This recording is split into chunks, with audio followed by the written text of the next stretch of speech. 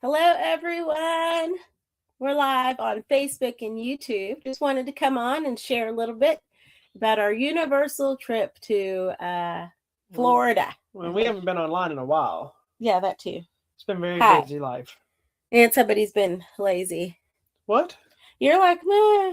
Whatever. You haven't asked in a I month have asked, to go online. do you want to do a You show? have not. Oh, Garfield's eyes in a fell off month his you pen. haven't. Because if you go look at our website that you don't seem to check, I write things. Live shows, and I have the list of what was going to be on that week. That should tell you how far back it's been since I planned us a show. Well, you didn't want to. She says this, but then she'll say things like, we should do a live show, and I'll say, okay. And then she doesn't get out of her chair. Yeah, well. Or you come on when you nap. That's really important, though. So, anyway, we, as you all, or I assume the people that watch this crap knows, we usually take trips once a year to Disney, most years. This year, we decided to go to Universal, as you mentioned. Mostly because we've only gone to Universal a couple of times. I think 2010, a couple of years ago, we made a quick trip to Universal while we were doing a Disney trip. Mm-hmm. But like this year, quick one day running through the park. Back in May, they opened Epic Universe, the all-new park at Universal. So now there's 3 parks. There's Islands of Adventure, Universal Studios, and Epic Universe. Right. So we thought, what better time to go try something new? Yep. So that's what we did. So we did 2 days at Epic Universe, and we did 1 day each at Island of Adventure and at Universal Studios. I'm sharing right now. All right. And hold on, I have a few things I need to say. Number one, let's set some people straight in case you're confused. Disney and Universal are 2 different things. They are not the same thing, because people were telling you, oh, it's the same thing. It's not the same thing. These are also people that don't go to either one, and some of them are older people that don't know the difference. Well, Disney and Universal are not the same thing. They're the same idea. The theme parks. I guess, but they're not the properties based on what those companies own. Number 2, it is not only for children. It's actually more for adults than kids. I think especially Universal is a lot more themed for adults than children. Yeah, it's a perspective thing, to be honest, because if you go, majority of the rides are designed for older kids / adults. There's not a lot of stuff that's just straight up little kid stuff. Matter of fact, most of the rides, you have to be a very specific size, like at Six Flags or anything else. I've never understood why some people think Six Flags kind of thing is an everybody thing, but then a Disney or Disney park is a kids park. I don't hear too many people talk about Universal being a kids park. Yeah. But you always talk about Disney, but because it's the idea of Disney, Mickey Mouse cartoon, that's all they think about. Yeah. And yes, they are, you have to be young at heart to enjoy this kind of stuff because your willingness to get out there and have fun. But they are not specifically children things. So if you're a grumpy old man, then yeah, it's not for you. But if you don't enjoy riding any kind of rides, if you don't enjoy fun. Yeah, but I mean, if you don't enjoy rides, and not every ride's a roller coaster. I'm not a huge roller coaster person. There's plenty of stuff to do. Yeah. Is it pricey? Of course it is, but it can be. We'll talk about some of that. That leads me to number 3. We are not rich. I know somebody out there is like, y'all got so much money. No, we don't. We know how to do a payment plan. It's called planning. We plan. What I tell everybody every time we talk about vacations or somebody asks me is like, your mom, how do y'all afford this? It's so nice that y'all can go on vacation. I grew up very not low everybody income, can. so we wouldn't get to do a lot of vacations and stuff. But I tell everybody, I say everybody can afford to do these trips. Maybe not the way we do it, but we also plan everything a year in advance. So I'm already paying for next year's vacation. We just got back from Universal yesterday. Yep. We had already planned months ago. We booked our Disney trip for next year. I'm making payments. So we're already planning it. So by the time it gets here, we've given ourselves a year to plan this. So it's not a matter of shelling money out right away. It's planning, it's budgeting, but bigger than anything, it's patience. It's sacrifice. It's willing to give up an $8 Starbucks coffee so you can make a payment on a trip later. It's a sacrifice of and patience of saying, I can't go this year. I'm going to go next year, which we've all been in that same boat where we want to go on a vacation. We plan it knowing darn well we shouldn't be going on that vacation because we can't really afford it. That's what people end up doing to themselves. And they come back, they spend months playing catch up on their bills and everything else because you end up spending more money. And I know this because we've done it. We did that back in the day. When you're younger, everybody does it. You want to take those kids, you want your family, you want your girlfriend, your wife, your husband, whatever. You want to go on these trips because you work hard and you deserve it. I deserve it. Those are all truths, but you have to be smart about how you do it. Any money that we spend on our vacation, zero touches our money that pays our bills or anything else. So it's separate. It's pre-planned. I'm the one that's still usually paranoid about, should we spend this? How much money do we have left? This one's like, who cares? It's not in our bill money, so it's not going to affect our life. Separate money. I would always love to come back with more money and be able to, because we take that money, put it towards the next trip. Yep, exactly. So anyway. That's how it works. So this time we went to Universal. Yes. Home of Harry Potter. Yes. Nintendo. Shrek. Despicable Me. Dr. Seuss. The Simpsons. Some aspect of Marvel, even though technically The Simpsons and Marvel are now owned by Disney. In Florida, they still have them at the parks at Universal because of contracts. They already had them. Yep. That's why if you look up what's called Avengers Campus at Disney, they have it at Disneyland in California. Mm-hmm. But on the other coast with Florida, they still have the rights from Marvel at Universal. I don't know how long it lasts. Same thing with The Simpsons. I won't be surprised when those eventually disappear. Yeah. Disneyland and Universal, in California replaced their Marvel land with Nintendo World. Yeah. Which they used Epic Universe to now put Nintendo World over here. We have Nintendo World. So, but we'll get into all that other stuff. All right. Where do you want to start with our Let's go to the old school overview. parks first. Okay. To just talk about them. So we want to talk about the in and outs of not only the stuff we like and the fun that we had, but also what we think is worth the time, what's not worth the time. I'm assuming you wanted to do all that. Yeah. Financial aspects, food, whatever. So if you've never been, if you've been to Disney, you know, especially Disney World, it's literally like a whole separate worlds. It's not connected to anything. Correct. They're like 4 islands, essentially. Disneyland is more like Universal in Florida, in Universal California, where you can walk out of your hotel. There's the 2 parks. Yeah. They're right there. Universal Islands of Adventure and Universal Studios are that. You go to what's called Universal City Walk, which is essentially Disney Springs, which has restaurants, shops, things like this. Yeah, that stuff. Walk around, spend the day. And then it splits like this. One park is here, one park is here. It's all walkable. Yeah. Outside of, and it's a big circle. Each one is like a big circle. Yeah. Outside of taking your shuttle bus or whatever to get to City Walk, you're driving your car, whatever you do. Once you're there, every park, and that little thing, if you decided you want to do a park hopper, it's not a massive walk to walk out of this park and right into the other park. I mean, it takes a little while. They're still big. There. So anyway, so let's start at Universal Studios. Yes. Universal Studios, Florida. All right. So I was trying to pull up the map.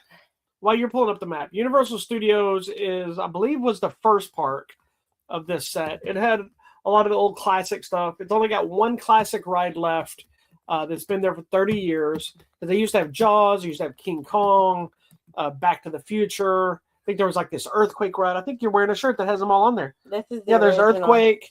There was like the backward names. So, and they used to do a lot of face painting and stuff with the Universal monsters back then. That was like their only presence. Yeah. The only ride that's left is E.T. E.T. of that group. And I don't know. And we love it. I mean, I don't know if it's super popular. We were concerned because I was like, I hope that it's still popular. People are still going. And the lady told us that a lot of the days it gets up to an hour and a half wait in the afternoon. Nothing made me happier than to hear that ET has a long wait. Thank God. Because here's the thing is we've ridden ET a few different times over the years. Yeah. And every time we go, there was no line. There's nobody there. So I'm like, how is this? I love the ride, but how is it still here? Because that's usually when they replace them. But we realize we always go when the park opens because the direction we walk, we go in there. So when we went this time, we also had what's called Express Pass, which is like your Disney, what is it, the Magic Band or whatever they call it. What do they call it now? Fast Pass. But here's a smart tip that we saw people not doing this, is if there's a 10-minute wait, 20-minute wait for a ride, don't use your Express. No, just go ride the ride. Ride it, and then use your Express later if you want to ride it again when it's busy. Yep. So like we went to ET, first thing out the gate, there's what? 5-minute wait. Yeah. We walked in, there was a few other people. We walked in, we rode it. We got off the ride. Went back We in. just went right back through, rode it a second time because I wanted to ride it twice. And then at the end of the day, we came back, and there was and it was an hour wait. So I was like, hey, now we can express pass. That's what we paid still for. only waited 10 minutes. And then you get to ride it 3 times. Exactly. We did that with a few different rides, which we'll get into detail. And E.T. is a family-friendly ride if you've never seen it. You're riding the bicycles. It is a dated ride. No, but it's super it's cute. so awesome, especially if you're an old school fan of E.T. E.T. Yeah, it's got E.T. It's got He's trying to get back to his home. Yeah, and you get to go to the E.T. planet and stuff. It's just a fun little. It's super fun. It's a silly, fun ride. That also takes you in. But I feel like that now is adult based because people now don't know E.T. So adult ride. Yes, but it's a family ride. It's a classic ride, but yeah, it's got that nostalgia feel. Like I love it. I was like, I wore an ET shirt to the park because we wore ET shirts. You didn't. I wore a fake ET shirt. But your shirt was popular. It was. Mine was the little boy instead of driving Elliot instead of driving an ET alien, he was driving an alien from the movie Aliens. Alien. And it's a t-shirt that says error casting, so they put the wrong alien. So the people, I think the lady at the Back to the Future and a few other people are like, that shirt is awesome. She's like, this is and I'm over here like, classic E.T. Nobody gave a crap about my E.T.ness. E.T. needs to go home.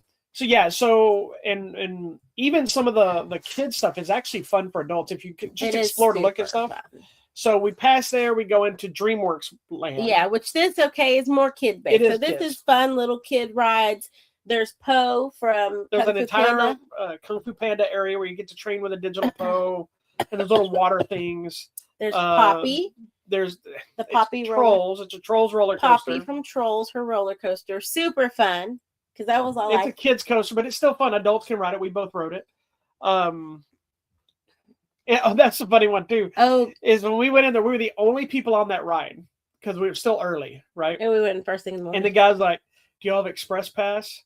And of course, we should have just said no and gone on. Yeah, but you were like, "Yeah, but I'm not going to use it." He was so confused. He was like you have to use it. Right? There's nobody in ride. No wait, buddy. No. Did we ride it a second time? I sure did. And I used the express pass because there was a line by that point.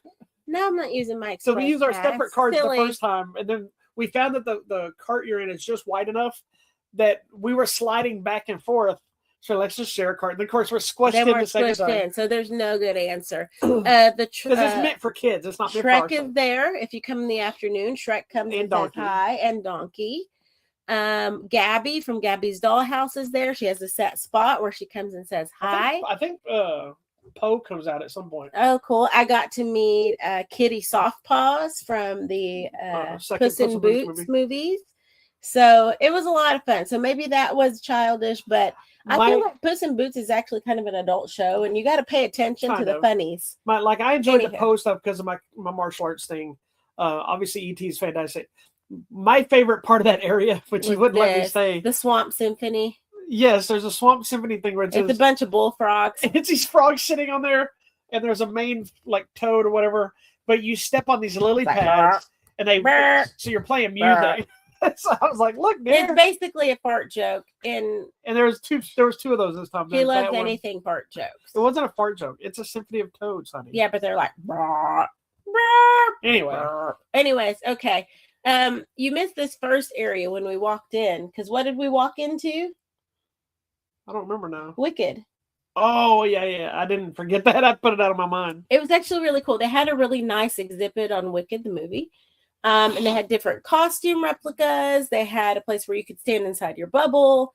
They had a bunch of cool things. It was like random, like, hey, there's a whole exhibit here. It's a whole store that looked nice. Like it's probably a museum. I'm assuming it's gonna be permanent thing for at least for years. But yeah, you walk in and it's like you're walking a museum. It's selling stuff. It's an entire store. I saw it and I was like, let's avoid this. And then she goes, I want to look into it. And I walked into a different area and I was like, hey, dear, this is not a store. Come here. It's an entire movie exhibit. Yeah, it's home orchard. But it was cool to have, especially if you're a big fan of that. There we go. All right, next. We're not going to go through every single ride. But the Simpsons so area you get the really Simpsons cool. area, which is kind of SpongeBob has a little section. Big SpongeBob fans. There is no ride for SpongeBob. It's literally just a store, but meet and greets for the characters. They've got a DeLorean from Back to the Future that's still on display. I think it's the one used in the movie. They have a train that's actually from Back to the Future 3. I don't know if it was used in the movie, but it's at least a replica of it. Then you get into the Simpsons world. Simpsons, like you go right into Springfield. It's got like you're at Krusty's Carnival, but there's the Quickie Mart, there's Moe's Tavern, and they're all workable things, functional things. Quickie Mart is just a gift shop, but Moe's Tavern's actually a bar. Yeah. You can buy stuff, and it's connected to a restaurant, and everything looks like the cartoon. It's really fun. The Bumblebee guy's taco truck. Yeah. They have the donuts where you can buy big donuts. She bought a gigantic ass donut. It's big. And right outside the donut's a police car and Chief Wiggum. Eating donuts. Yeah. Then there's a Simpsons ride, which it's one of those rides that I do enjoy. It is a little dated, but it's not a 3D ride, but it looks like a 3D ride. And I think it should be a 3D ride. Like, I'm not a fan of 3D rides, but I think it would help that animation because it makes you it's a little like dizzying, jarring, visually, because it's a chaotic ride. It's a single it's like a cart thing that raises like you're on a roller coaster, so everything's on screen. So it's doing this, but the screen's moving, so it's making you feel like you're doing way more than you actually are. Yeah. It's a great ride. Yeah, I really like it, but we ended up only riding it once just because it got you a little dizzier than normal. Yeah. It could be getting old. It could be getting old. All right. Then we go to the ride that was a pain in the butt, Men in Black. Oh. This Why whole, was it a pain in the butt? the locker situation. Oh, yeah. This is flag one of the original 2 parks. Yeah. You want to explain it, or? So you can't take bags into this ride, so you have to get a locker. Fine. But we had an actual backpack and some stuff. But to get a big locker, you have to pay money. So they have regular lockers, and they have little lockers that are free. And you scan your pass, and it opens it up. Correct. You close it when you come out. You scans it, it opens up whichever locker it is. But if you want a big locker that fits backpacks, you got to pay like $3. Yeah. And which $3 not a big deal, but depending on if you're stuck in a line on some of these bigger rides, it's $3. It says $3 while you ride. But then every 30 minutes it charges you another $3 or $2. No, it's $3 up until a maximum of $25. I thought it was 3 then too. No, it's 333. Oh. And then it's a maximum of $25 total. So it's a little bit of a kind of a scam to get more money because they know you have to, but we kind of loopholed it. Scam their scam. So we basically just unpacked our backpack, used both passes, opened 2 lockers, shoved all of our internal stuff in one locker, squished the backpack, put in the other locker, moved on with our day. Crazy. Anyways, it's just a pain in the butt is what it is. It is. That's okay. But it is a requirement. Men in Black. You like the Men in Black. And I'm there saying we are the Men in Black ride is another one of those that's I'm surprised it's still there. It's not a great ride, but it's not a bad ride either. It's a shooting ride. You're just driving around on a trackless ride, shooting stuff, and at one point you shoot at each other. We were getting screwed over. Oh my gosh, our cart kept going like this. It has this one thing where you face another cart and you're shooting the targets. But every time you hit but there were only the 2 of us in ours, and theirs was a full cart of like 6 people. No, it's 4 people. But yeah. So every time it hits your thing, it spins you. And so we just kept getting spun around because it was 2 on 4. Anyway, it's another kind of older school fun ride. It's nothing special. It's kind of like the Buzz Lightyear ride. Yeah. Yeah. It's the same kind of idea. It's fine. Anyway, he's got through that. Then you make it to Harry Potter. This is the original Harry Potter ride, which is the Escape from Gringotts. And it's so funny because the only thing you remembered was how comfortable the chair was. You didn't actually remember it was a roller coaster. This is not the original ride. This is the second one. Is it? The original. Oh, sorry. This is the second ride. Yeah. Correct. You threw me for a second. But yeah, I forgot this was a roller coaster-like ride. And we're getting on the ride. He's like, so what happened? I'm like, this is the roller coaster, dude. He's like, no, it's not. It's not really, but it is. It is. It's not a roller coaster in the context of a roller coaster. But you do go, there is a drop. You do go. It is more like the Mummy, which is kind of roller coaster. Anyway, so he forgot, and he's like, oh. He's like, what? What? But that ride doesn't bother me though. I don't like the seats. The seats are awful. They're okay. So most of the seats at Universal have the little middle divot between your legs because they do kind of throw you. So they're keeping you in the seat. But my problem with this seat is it has that and it's pitched up a little and it's narrow. So it hits you behind. I'm not even wearing mancha pants. It hits you right here in that vein. Well, my problem too is I have big legs. Yes. And so I have to squeeze my legs like this. So right. On my own accord, I'm already squashing my man business. Yes. But now I've got a divot. That was really inappropriate looking. But now I have this thing sitting like this. in between my legs that are now squished together, so everything is And one of these seats, I hit my lady business on the way down. And so. while you're driving around, you're getting slammed and twisted. And the seat is going up a little. The ride is excellent. Ride is good. Uncomfortable seat. What I've always said. Yeah. And from here, and even knowing that, we rode it again.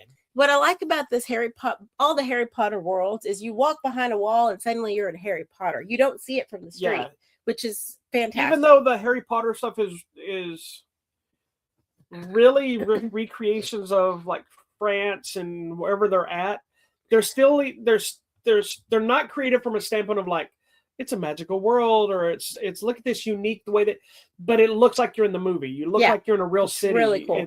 And then there's the little details. Like if you look around, you can see a wanted poster and there are actual screens of people moving and some of the rides you go through. Like I've posted a video. I don't know if you saw it, but you were there when you saw it at an Epic Harry Potter area.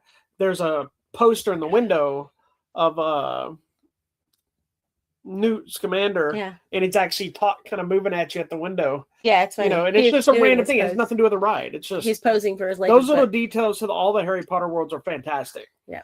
Their snacks, their butter beers, all that stuff. They've really made a really great. And there's 3 Harry Potter parks. There's one. They were smart. They put one in each park. One in each area. Yeah. And all of the rides are great for the Harry Potter stuff. Like this is the only one that's really uncomfortable. But if you're a really tiny person, you'd probably be fine. Yeah.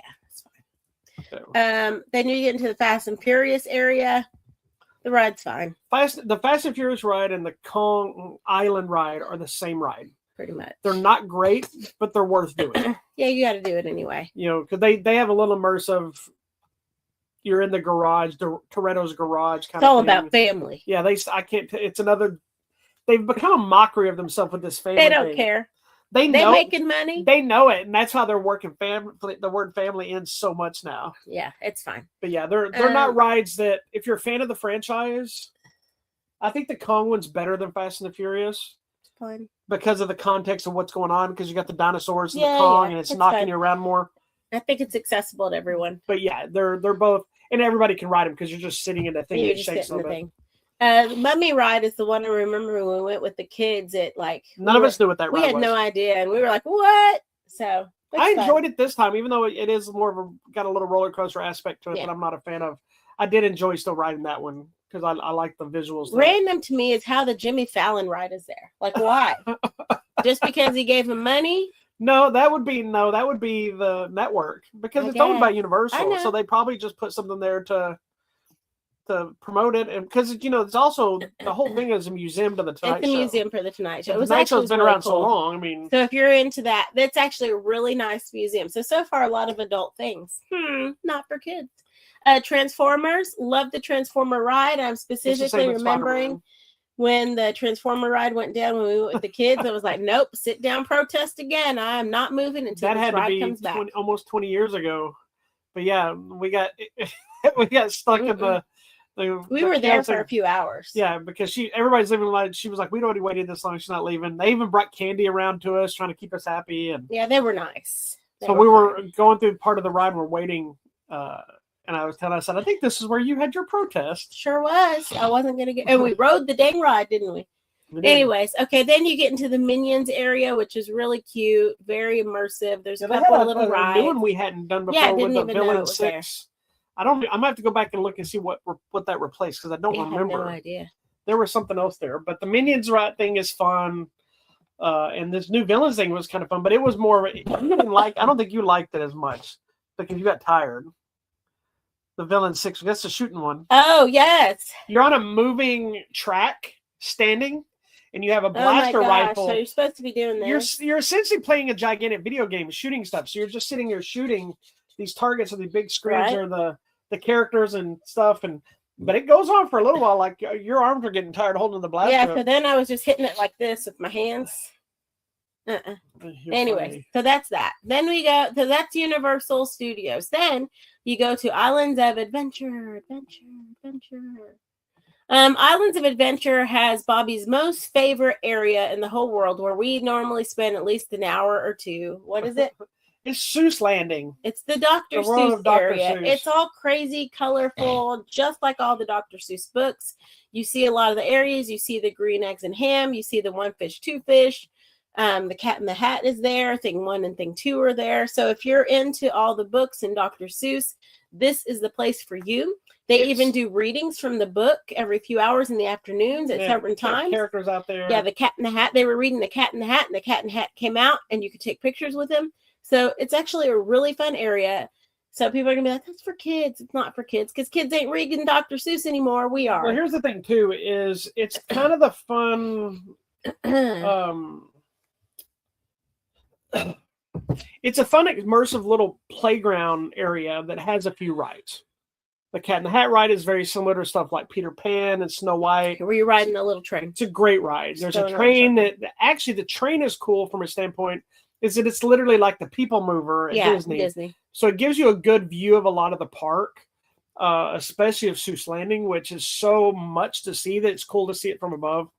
And then the other one is the one fish, two fish, red fish, blue fish, which is just one of those ride up and downs, but it shoots water at you randomly. Yes, the fish go. So you try to time it. But the thing that's fun about Seuss Landing is, like I said, you feel like you're in a completely different park. Because no matter where you're standing in that park, you can't see the other sides of the park until you're right there at the edge stepping out of it. Correct. And all the trees and the characters and everything is just, like, I love Dr. Seuss. And so getting in there, it's just, there's a big circus tent that's a restaurant. The Circus McGurkus. Yeah, there's a food kiosk, that's actually a big gigantic green ham with a fork sticking out of it, which I'm very excited to say. I wish we bought something. It's the top. 3 to 4 times we've ever been there, that place has never been functioning. Yeah. And it was open now time. They sell tots. All sorts of different tots. Yes. It's weird. But we didn't go there because we went to a special event. Yes, we had breakfast with the Grinch, which was so fun. Yes. He was nice and kind of like, well, come on, hurry up. So I was like, okay, getting pushed around by the Grinch. It was actually a lot of fun and we really enjoyed it. And it came with our breakfast, which is a very big breakfast, large portions. I got the child's portion and it was way too much food. Like she's like, yeah, it was technically the adult version of the waffles, too. But you get half the eggs and bacon. And I'm just like, this is just way too much food. Anyways, it was awesome. Yeah, it is Breakfast with the Grinch, recommend. It is a separate ticket. So there's 3 ways to meet the Grinch if you want to meet him during. Really, that's the only real holiday thing they do at Universal. It's like they have trees and decorations, and especially probably in Harry Potter world, they have them walk around and singing or whatever. But they have the regular Grinch meet and greet, which is just like any other character meet and greet. You'll find it. But it was up anywhere from 2 to 4 hour wait just to meet the Grinch. Then there's the Grinch Breakfast, which, as she mentioned, you pay a separate fee. You get to meet the Grinch. It took us literally 3 minutes to walk through because no one was in line. I think I've heard up to 20 minutes to wait if you have the special ticket. Then it included food, a ton of food. Did you already tell what the food was or anything? No, you have a menu. They give you an appetizer of a gigantic cinnamon roll and fruit. Yep. Which was a really good cinnamon roll. It was a good cinnamon roll. It's just too big. Then you pick your entrees, which I got Cindy Lou Who's pancakes. I got waffles, but I got 4 mini waffles, which is essentially a big waffle, and eggs and bacon. They were like this big each, weren't they? Yeah, they were big. And eggs and bacon. That's too much food. Like I was bummed because I decided I wanted these pancakes because they were green pancakes. Little did I know they no longer made the green pancakes for the adults, only for the kids menu. That's why you should have gotten the kids. Then the pancakes were so big that I only ate half of the 3 pancakes. It was a stack of 3 with like a blueberry compote and a mascarpone or something on it. And there was 3 of them, but they were like this big. So I'm like, man, I should have got the kids meal. And then I would have had my green pancakes and probably could have eaten them all. Yeah.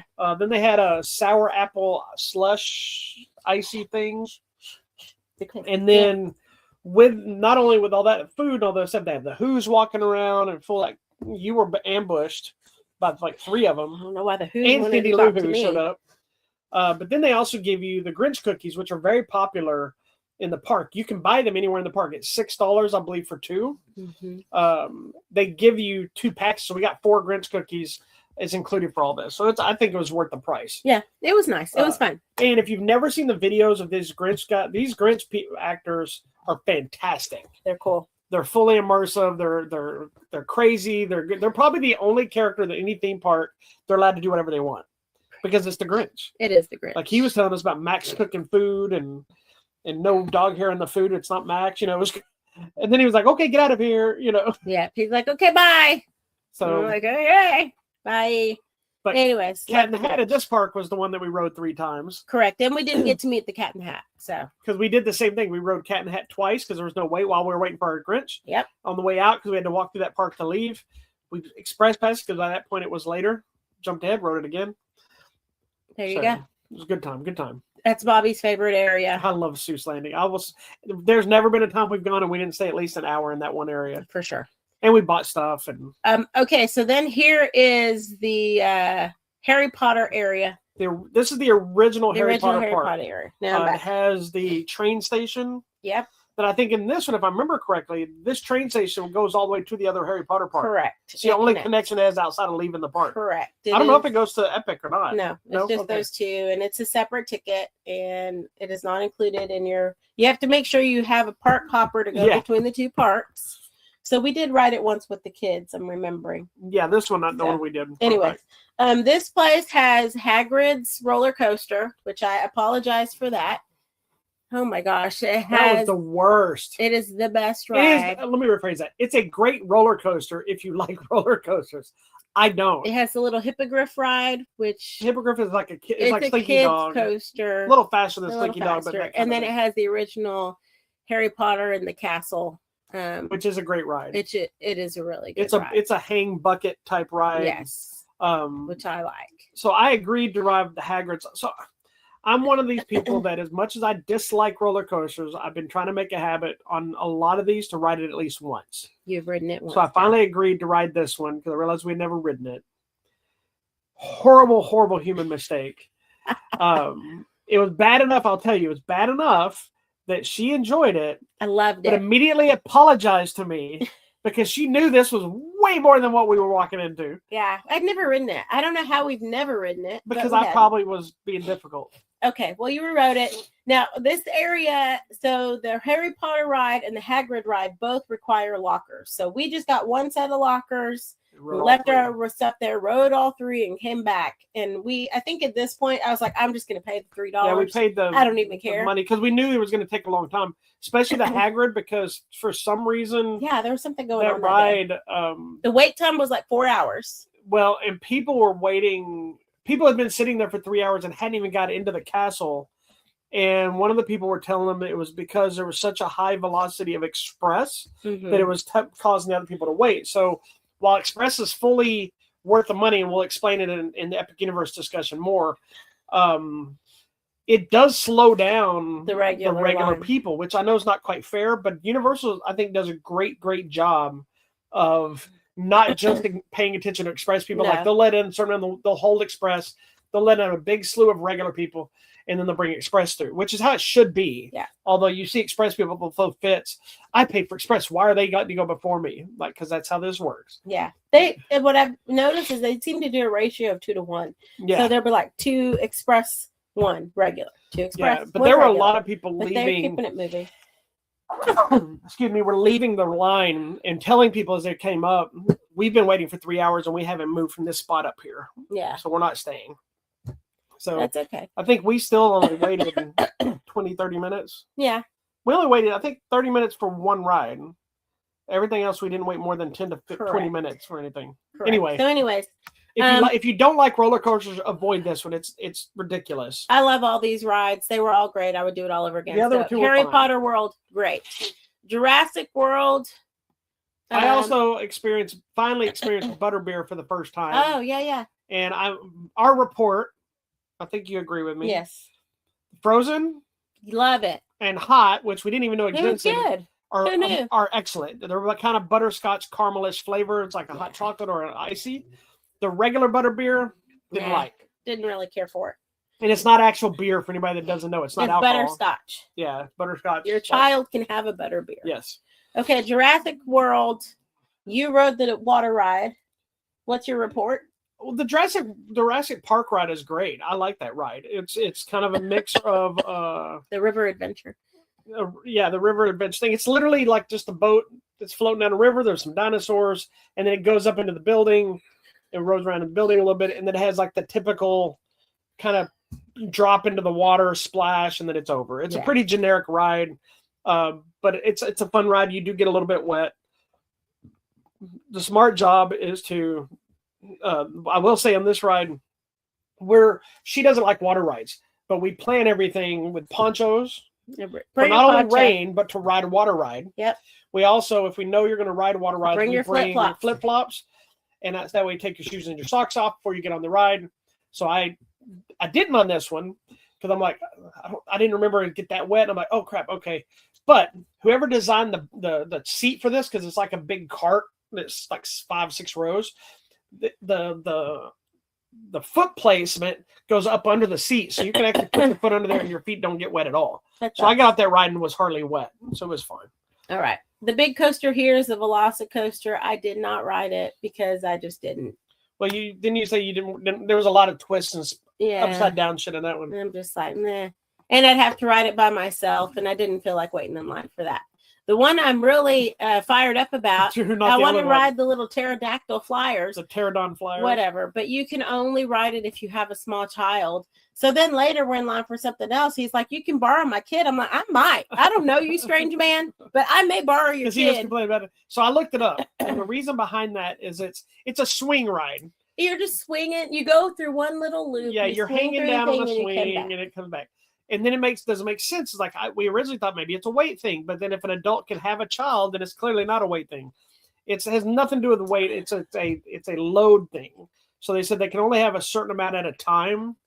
And so if they have a bunch of adults and the ride's got a longer line, it's going to take 5 times longer, which means that ride would have the longest wait time. Yeah. So they think they can only have I think each thing has 3, I think is what they said. So only 2 can be running at once.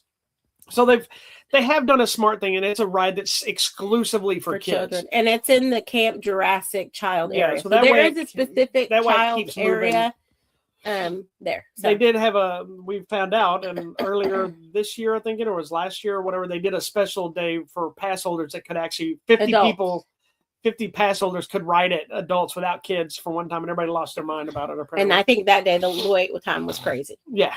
But it was worth it. So anyway, so anybody that goes and wonders about that, it is a wait time load situation, not a kid. Because the whole plan was I went to ride that one. She was going to ride the other one. And then found out she couldn't ride it, so she had to wait for me anyway. Oh, well. Anyways, King Kong, Skull Island, which I don't know. Do people still know King Kong? I guess so. Well, Skull Island popular. Kong Skull Island was the newer movie that was into the new Godzilla movie stuff. So, so that's the revamp of the original King Kong ride, I think, is better.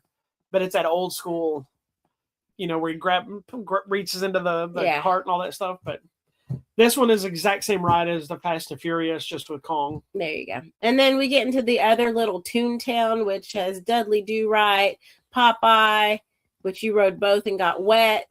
I don't like water rides. I don't like walking Dudley wet. Do-Right is a fantastic it's a log version ride. Of the log ride. If you've ever ridden a log ride. It's an amazing visual spectacle because the area where it comes down, it's like roaring rapids. It's massive. And there's multiple drops because most log rides, it gets that one and it's kind of a flute type bobsled, the Six Flags that we have. Yeah. It's like a bobsled kind of thing, ride or whatever, and then it has that one drop. Dudley Do-Right has 3 drops. It has a first one that kind of tears and it floats around again. But when it does this massive drop, which is it's the length that you always claim all the other ones are. This one is, in fact, as long as you say it is. But it goes down like this. It bumps and goes down further. But it's fantastic. You will get wet. But I was smart enough that I had a guy sitting in front of me wearing a rain jacket. So I took his rain jacket because he was kind of hanging, and I just pulled it back over me. And so when I got off that ride, my arm was wet, my glasses had a little bit of water on them, and that was it. That's good. I'm like, you were lucky. I was doing awesome, and I had put on my flip-flops so I didn't get my shoes wet. She was waiting. So when I came off that, I thought, you know what? I'm going to ride Popeye, which is essentially like the Roaring Rapids, big sphere. You float down rapids. I'm already wet. I'm going to go ahead and ride that now. You cannot avoid getting wet on that ride. Somebody else even commented on the fact that that when I posted about it, I was like, there's a such thing as too much. Like that ride is designed like you can do the one at Disney in Animal Kingdom, and you may or may not get like I got soaked twice, but y'all barely got wet. Yeah. Well, I also wore my poncho. But you cannot avoid water at the Popeye one. Yeah. And there was this hilarious guy riding with it that did not want to be on the ride. His wife asked me, his wife and his kid. And his wife was asking me about the ride. And I said, yeah, it's a fun ride. I hadn't ridden this ride in years, so I didn't remember how wet you'd get on this ride. I just assume I'm going to get wet because that's a water ride. That's how it works. And I was telling her about the Dudley Do Right. And I'm like, yeah, it's fantastic. You'll get wet. And the guy was like, ugh. And I said, a lot of the ones like this, depending on how it spins, you may get wet, you may not. Not remembering that it's so about halfway through it, you go through multiple things where the water's pouring down so you can't get out of it. It's spraying at you. There's the splash, all the different things that happen. And the guy goes, all of this is completely unnecessary. It is. And then I'm laughing. And he goes, why are you laughing? He goes, are you enjoying this? I said, I'm having a blast. And he goes, what is wrong with you? And then he's like, my pants are soaking wet. And he goes, aren't you worried about you're getting wet? I said, I changed my shoes. I'm prepared for this. But I will also give you credit. They have drying things now. They have dryers. You have to pay for them, but they have little things you pay. You step inside it. There's like 8 to 10 heat things. You stand in there and dry off. It's fine. But they were great. She waited outside for me while I got through all that. I came back. When I came back from the other one, she just was shaking her head because I was soaked from head to toe. Luckily, we bought a new shirt, so you changed shirts. And then you had different shoes and socks. Yeah, so you were fine. I just went to the bathroom, dried off my feet. The sun came out. After about an hour, I was completely dry. Yeah, so it was fine. So ridiculous. Okay, then we have Marvel Land here. Marvel Land is kind of lame. You got to meet Cyclops. They had Captain America, that Cyclops. The original Marvel Lands, which is in the Toon Lands, and all the Toons there, you won't know. Most of you won't know any of these cartoons because it's Beetle Bailey and Hagrid and or Hagar the Horrible or whatever it is. They're very old school cartoons. That's an adult. Betty Boop. But the Marvel Land has 4 rides. It has the X-Men thing, which is the teacups, which is this little merry-go-round spinning cup things. Mm-hmm. It's got the Doctor Doom, which is one of those drop up and down rides. It's got the Hulk roller coaster. Yes. And then it's got the Spider-Man ride, which is basically the Transformers ride. Yeah. Which is a trackless ride where you go through. It's fun. Yeah, it's a lot of fun ride. So that's that. That's the end of that park. Yep. So we did all that setup. I know that was a long setup telling you about parks that have been around for a long time, but it's really to set them up so we can fully compare them to the brand new park. Epic Universe. Bum, bum, bum. Epic Universe is a completely new land. It's not connected to the other ones, but it is 5 new parks. Technically 4, but the main park is also, which is called Celestial Park, which is where you walk into Epic Universe. You're in what's called Celestial Park, which is probably the most brilliant aspect of this version of the park for me. It's such a nice area to just walk around, to chill. There's a lot of seating areas, like open grassy seating. You can just hang out. And it's not crowded. And it's not, because everyone's in the other areas, in the other worlds. So if you want to get out of all of that and you just want to come and have a relaxing And it is one ticket. You don't have to have a ticket to all these There worlds. were people sleeping out there by the water fountain. It was so nice. The main room, it's a big circle. It's like kind of like going to Epcot. It's a big circle. Yes. The middle of it is just a big pool of water with fountains that are going nonstop. I don't know if they're going to the music or not. I think they were at some point. But yeah, there's restaurants. There are 2 rides. There's a what's it called? Carousel. A carousel. And then there's the Death Coaster. It's the dueling star something coaster. We call the Death Coaster. Stardust Racer. Yes, because it's the one you may have heard about on the news where somebody died on. Yeah. They didn't die because of the roller coaster. No, they had a pre-existing medical condition, and it says you should not ride. So, but it came a running gag because I kept saying, "You want to ride the Death Coaster?" And she's like, "No, thank you." Yeah. But that area is just it's a place that no other of the theme parks between Disney and Universal has, where you can step away from all the hustle and bustle stuff and be somewhere not crowded, especially if you're somebody that doesn't like a lot of people and just need a break. You know, if you're not into riding the rides, you can walk away and say, y'all do this, I'm going to meet y'all out here. and you can stand outside there. Like she was saying, people were sitting there. Some people were taking naps. People were chilling, not like hobo naps, but it's a very laid back area. Yeah, it's really nice. But then you have the 4 main parks outside of Celestial Park, which is Nintendo World, Darkmoor, which is Dark Universe, the new Harry Potter area, which is based more on the. It's the ride's not so the much. ride is Battle for the Ministry, so it's not. But the park area is more like what's Newt Scamander in the Fantastic Beasts. Fantastic Beasts, like Paris. And then the last one you have is How to Train Your Dragon. Correct. They all have their own rides, their own themes. And the coolest part is they're all set up through these Stargate-like tunnels that when you're in Celestial Park, you see none of this stuff. You can see their towers. You can see hints of some of the rides. But essentially, they're hidden away, which makes them all more entertaining when you get in there. Yeah. Where do you want to start? Okay. So Celestial Park, we talked about that. I do have to show you the picture. I did not ride the Stardust Racers. I was going to. I really was. But I didn't. Because the day that we were there, let me zoom this in for you. If I can. Oh, hold on, right here.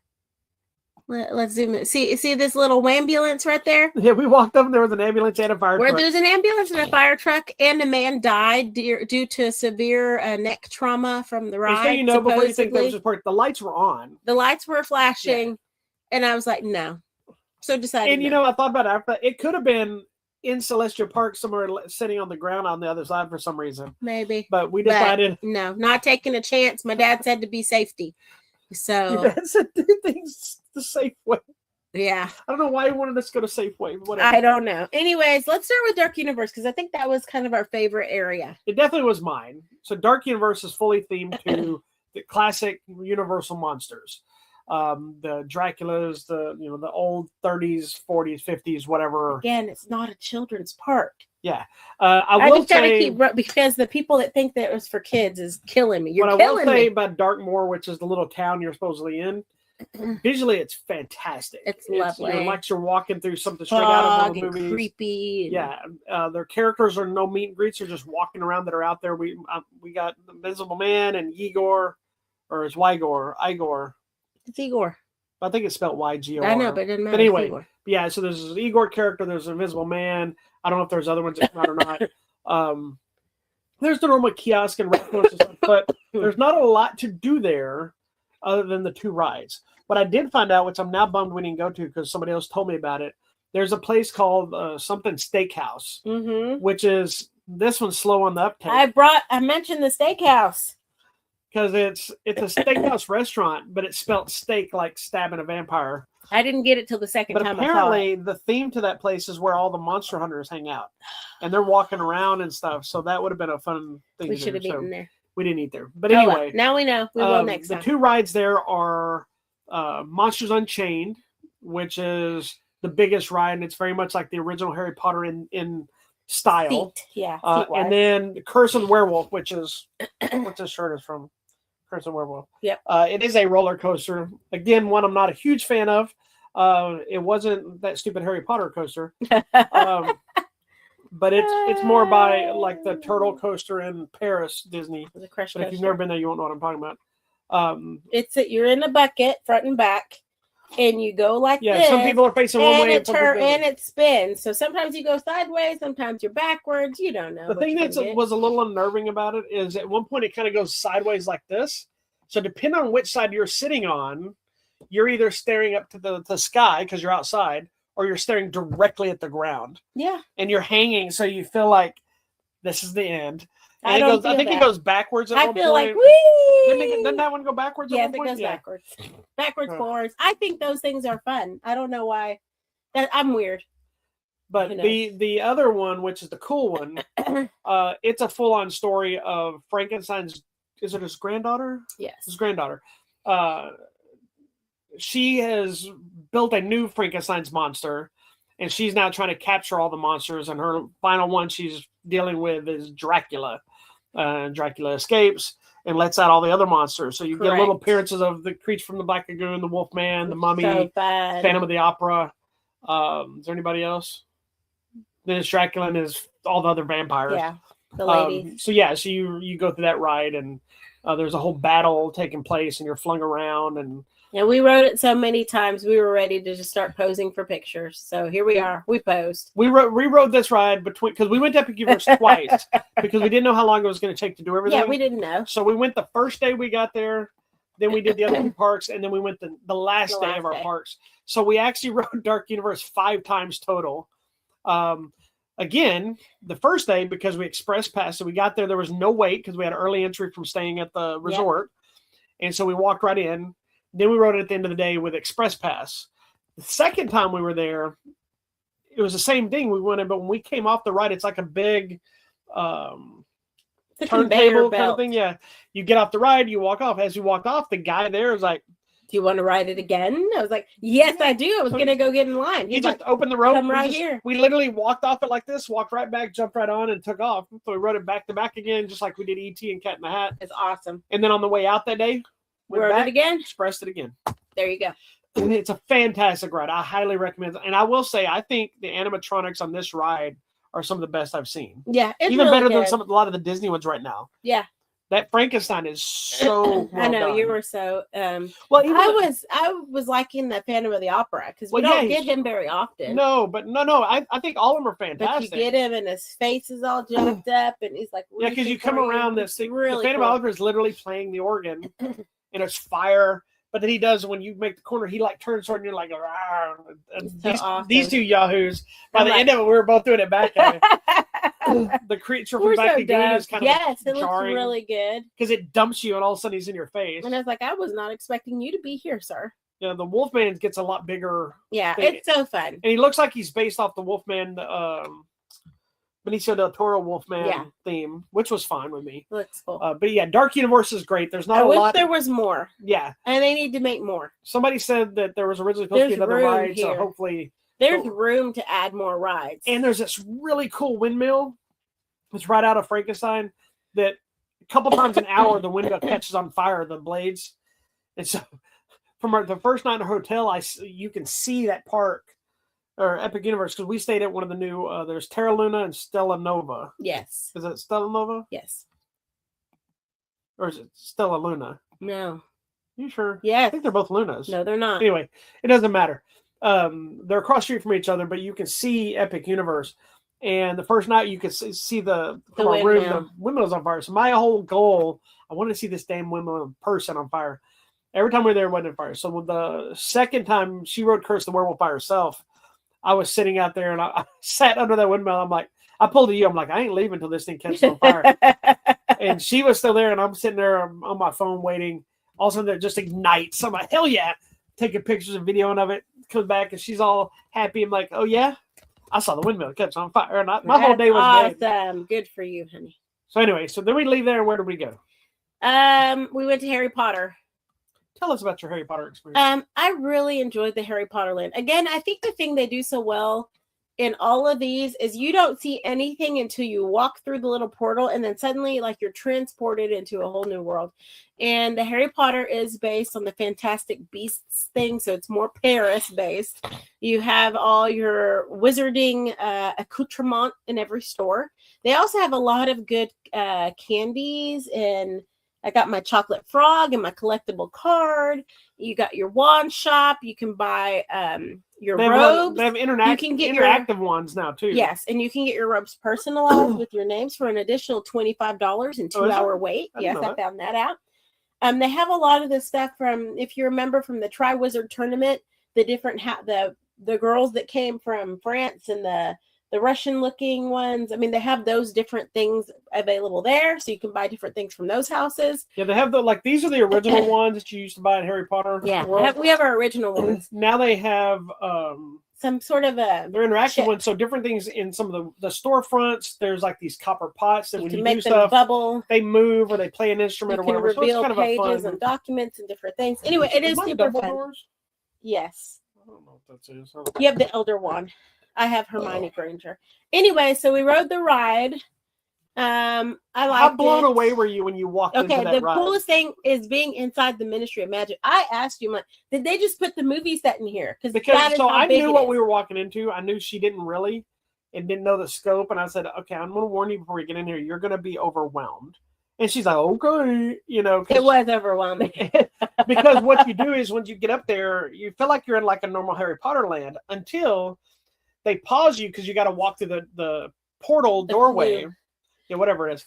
Smoke hits up and it's lit up green. You go through, and then you are literally in the Ministry of Magic. It is huge. It is like being on the movie set. It is like big, large to scale. It might be It is outside the biggest thing ever. Of Rise of the Resistance and Star Wars and Disney. It is easily, if not the same, most epic waiting in line queue ever. It is worth waiting in line. I think the original Harry Potter ride when you're inside the school.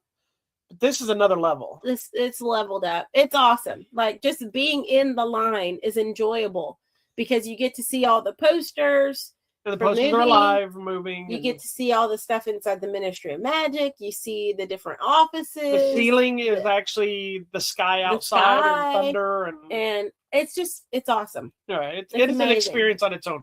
It's one of those I almost would tell you it's worth waiting in line. Yeah. But it's not. It's not. Because we'll go through that in a minute.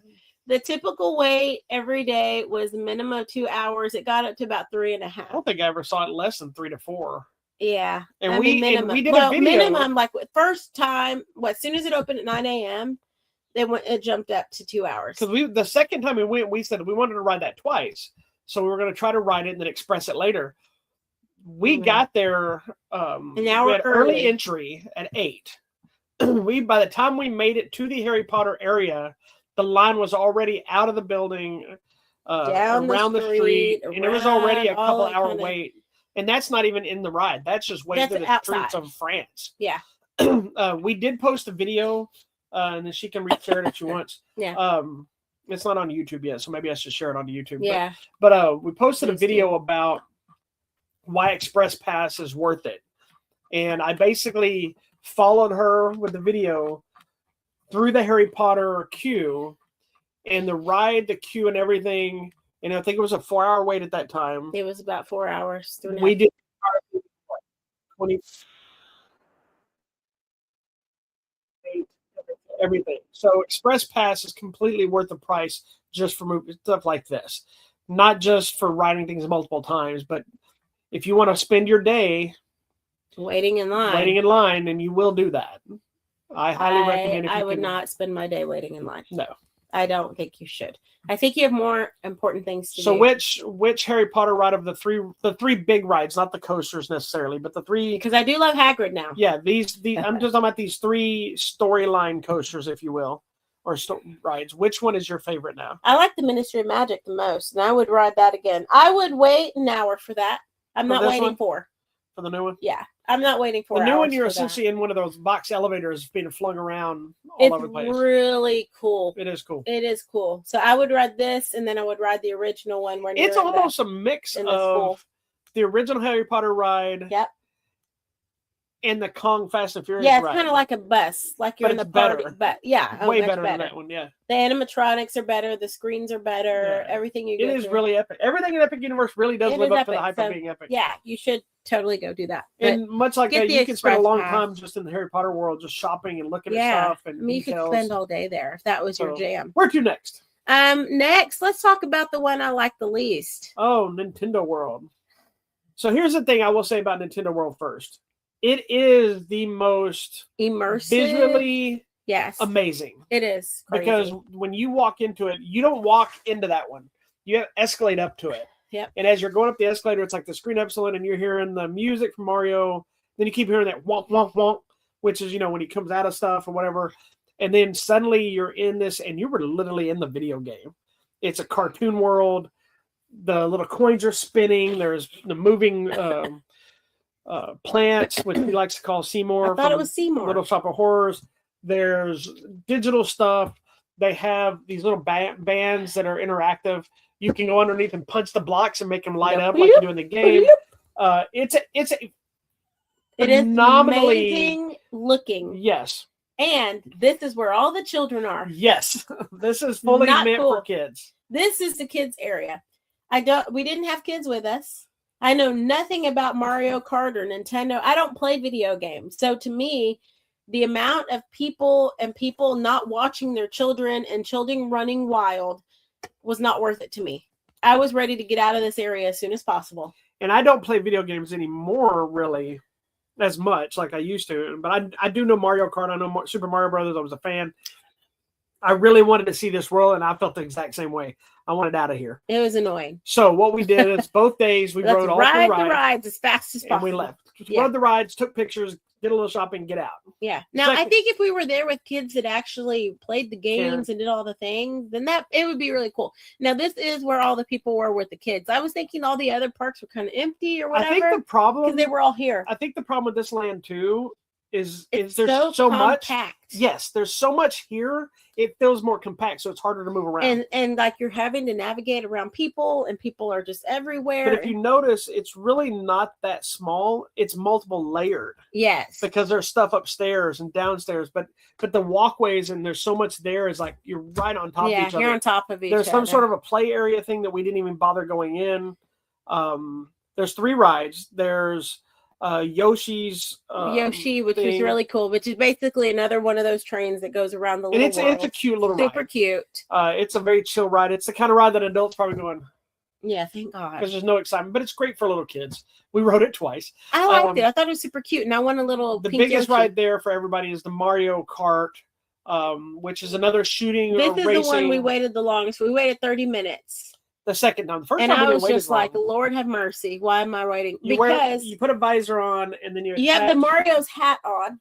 Yeah, and then you attach a visor thing because your visor is your screen. Yeah, and so you're shooting things. Yeah, so you're driving around and you're racing. You're in Mario Kart, is what it is, and you're shooting the turtle shells at people, and it's impressive. It's a really good ride, but it's not what I would care about. I would not wait for that personally. Yeah.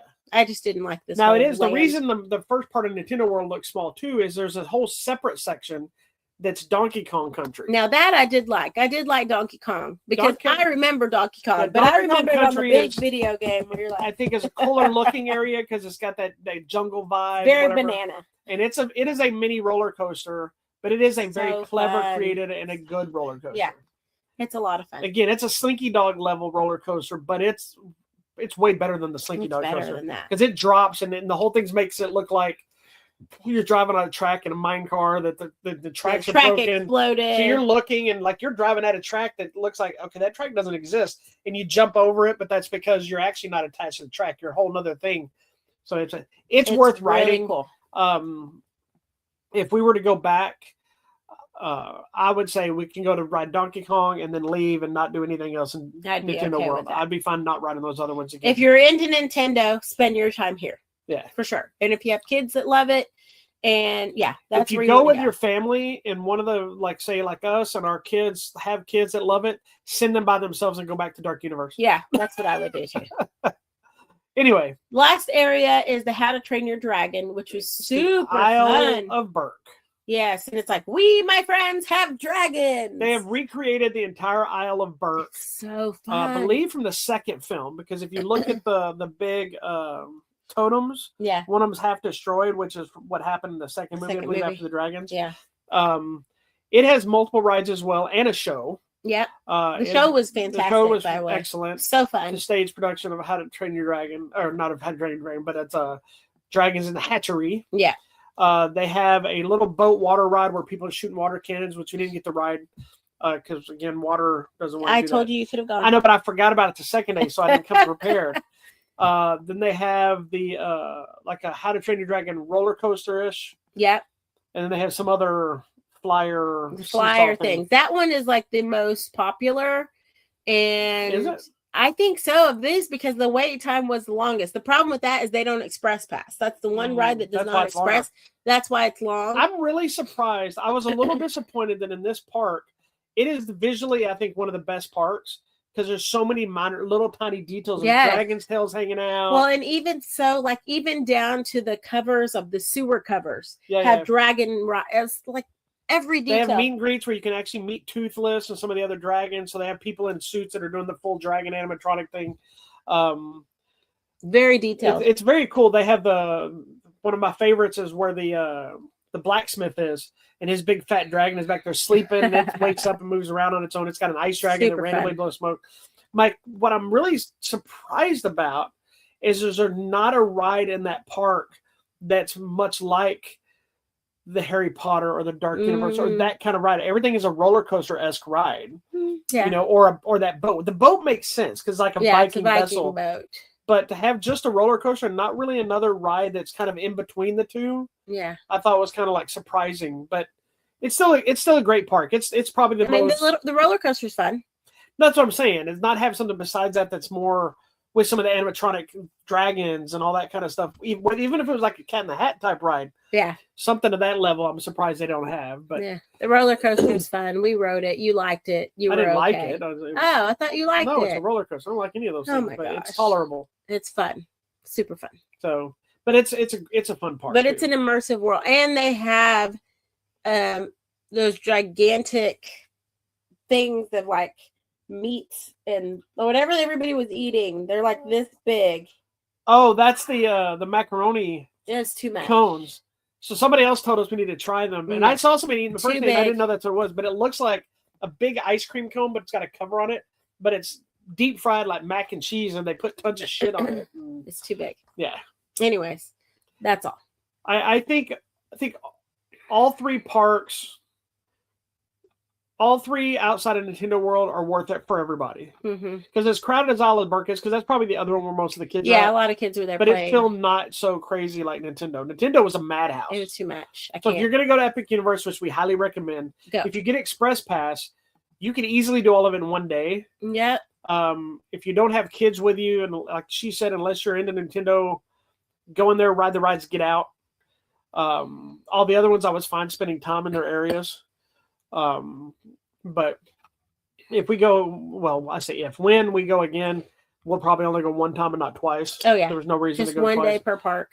It was enough that we were even at one point going to see about could we just cancel our ticket? Yeah, not because we didn't have a blast, because like okay, we did it all in one day. We originally our plan was to go one day, use Express Pass, ride all the rides, then the second day is going to look at everything. We ended up getting an Express Pass for the second day, so we rode everything again. Yeah, so there you go. Anyway, that's what happened. And much like Disney, you can book these way in advance. Yep, book it now. Book now. Make your payments. Yep. Spend the money on the Express Pass if you want to have a way more than because, like I think I said earlier, we never waited more than 20 minutes outside of the one ride for anything. 30 minutes for that one. The one was 30. Everything else was about 20 minutes tops. Every day we got there around 8 a.m. Right? I think there was one day we got there at 7 because we had the Grinch thing that day. But every day, early entry, if you stay at the resorts, was like 8 a.m. To most of it. And at the latest, 9 a.m. We were done riding almost everything. Every day we rode at least 7 to 12 rides. And we were done by 3:30 every day. Yeah. We could have stayed wandering around. We could have eaten more. That included stopping to eat lunch. We ate lunch. Taking breaks. Chilling out. Shopping. Bought a ton of crap. People watching. We bought tons and tons of stuff. Yeah, that's a whole other thing. What did you think of the hotel? I really liked the hotel. I thought it was nice and quiet. We stayed at Terra Luna, which is one of the brand new hotels that they built with Epic Universe. Yeah. There's other hotel options. But this one, I just wanted to try it since it was brand new. It was fine. It was your basic hotel. It wasn't as fancy as I think I expected because it was brand new. It was going to be a little fancier. No, it's on the lower cost end. I know that. I was saving money. But I was thinking. But it was nice. Yeah, no, it was a great hotel. The food was good.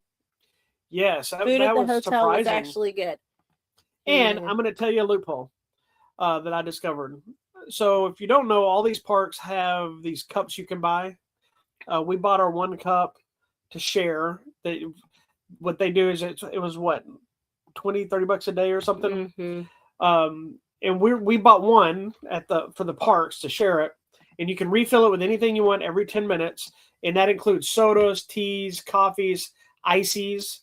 It doesn't include alcohol, so you can get whatever you want throughout the day. So there was a couple times we got stuff we didn't like. Just dump it, wait for 10 minutes, refill it. Yeah. There's tons of stations. There was never a lot of lines to refill stations. And then at the hotel, they also have a cup that's like $20 for like 3 days. Yep. So here's what you have to be careful of, because that's how they got me. Not intentionally, but I bought the one for the hotel, like midday or evening, we were eating dinner. I bought it for the evening. And then after we bought it, we thought about it. Like, oh, did they just count this as one day? It did. They did. So you got to be so careful. I essentially only got 2.5 days. Yeah. But here's a loophole. That's only for the soft drink machine. You could still get hot chocolate. So I drank hot chocolate for like 2 days. Coffee. Tea's a little bit trickier because you have to ask for the tea bag. Yeah. But if you go to the counter and ask for tea, they're not scanning it. So they only scan. So if you don't know how these cups work, they have like magnets or something in them, or chips that you put them on the drink dispenser thing, and it reads it, sees if it's active. Yeah. If it's active, it works. If it doesn't, it says it's only good until this many days. So once mine was expired, the hot chocolate machine was just a normal like you see at the convenience store. Just put on there hot chocolate. But it doesn't work late at night. If there's nobody there updating it, then it's just dirty hot water. Yeah, it's empty. So there's a loophole to continue. I used it for 2 days after it wasn't really supposed to be used. I just make a lot of hot chocolate at that point. I'm like, we weren't getting sodas. I'm getting my money's worth paying it. So, but other than that, I also give them props. A lot of the stuff that you might want to buy, they have everywhere. Yeah. There's very few things we only saw at like one place. Like some of the Hello Kitty stuff. Like the shirt she's wearing, you can buy that everywhere. Yeah. Because it's a generic Universal shirt. Generic shirt. Stuff you can buy at Dark Universe, a lot of the shirts, stuff like that, they had it at the hotel gift shops. You know, there's obviously some exclusive stuff, but if you don't feel like buying it, buy it later. Yeah. Also, pick a chart, a map on how you're going to go through the parks. Spend your time in one area, commit to it. Don't jump from park to park because you're looking at the times and saying, I'm in Dark Universe. Oh, no, Harry Potter's only an hour. Wait, I'm going to run over there because then you're just wasting your time. Yeah, just go for it, man. Just do your circle and go. That is the other luxury of the Express Pass. It relaxes you. Well, I think these parks are not as big as Disney. Yeah. So there's not at Disney. I'm totally like doing the zigzag. Yeah, but you're in the thing. You're not in a different universe at those. You're in like a big area. I know, but it's the same. But that's the thing that's up there with their Express Pass. You don't need a time. That's why it works. Yeah, Disney is time based. But you're picking what you want to ride. So technically, you could pick something that's closer if you wanted to. But their Express Pass, it does alleviate a lot of the stress, even if you have a big group of people. There's also single riders. People don't know the trick to the single rider. Single riders, it does not mean you have to be a person that's alone at the park. It just means you have to be willing to ride by yourself or with a stranger. Mm-hmm. And if you want to not wait, a lot of times senior riders almost the same as Express some days. So you can just walk right up and get on a ride because they'll be sitting there and be like, okay, I need one person. They grab the single rider. We did that a couple times with some of the parks. I did it when I was in the park by myself at Disneyland when you had gone back for the night. Mm-hmm. I was on my way back. I'm like, hey, I'll ride this again. Single rider, please. Yep. You know, so go for it. It's the best. You just got to figure out how all this crap works. Yeah. It's not hard. It's not hard. And if you're going to book a trip, Disney, Universal, don't go through planners. You don't need to pay the fees. You don't need to do anything. Just be patient. Take your time. You can pay me by tacos. Yeah, send this woman a message. She will tell you how to do it. How to do it. I'll help you. She posted an entire video one time about Disney and everything you need to do and how to do it. It's super easy. It is easy. Yeah, we took a family of 7 and paid for everything, had everything done. Well, we didn't pay for it all, but everything done, and we still didn't have any of the long waits. No, it was easy. Didn't have any bumps in the road. Everything was fine. Easy. You can do it. I believe in you. But do avoid Margaritaville. Oh, God. It's horrible. Anyways, we're not going to bash them anymore. I'm not going to bash them, but it was horrible. Don't go. Don't waste We didn't enjoy that. But the Blue Dragon, which is a restaurant that is in Celestial Park at Epic Universe, is outstanding. Go now. Twice. Go now. If you're looking at a place there when you get there, go there. You can't miss it because it's right underneath the Blue Dragon. A big, gigantic Blue Dragon. Anyways, that's all we wanted to share. Thank you so much for watching. It ended up being a long video, but we had a lot to talk about. It is what it is. We'll see you next time. Peace out. Bye.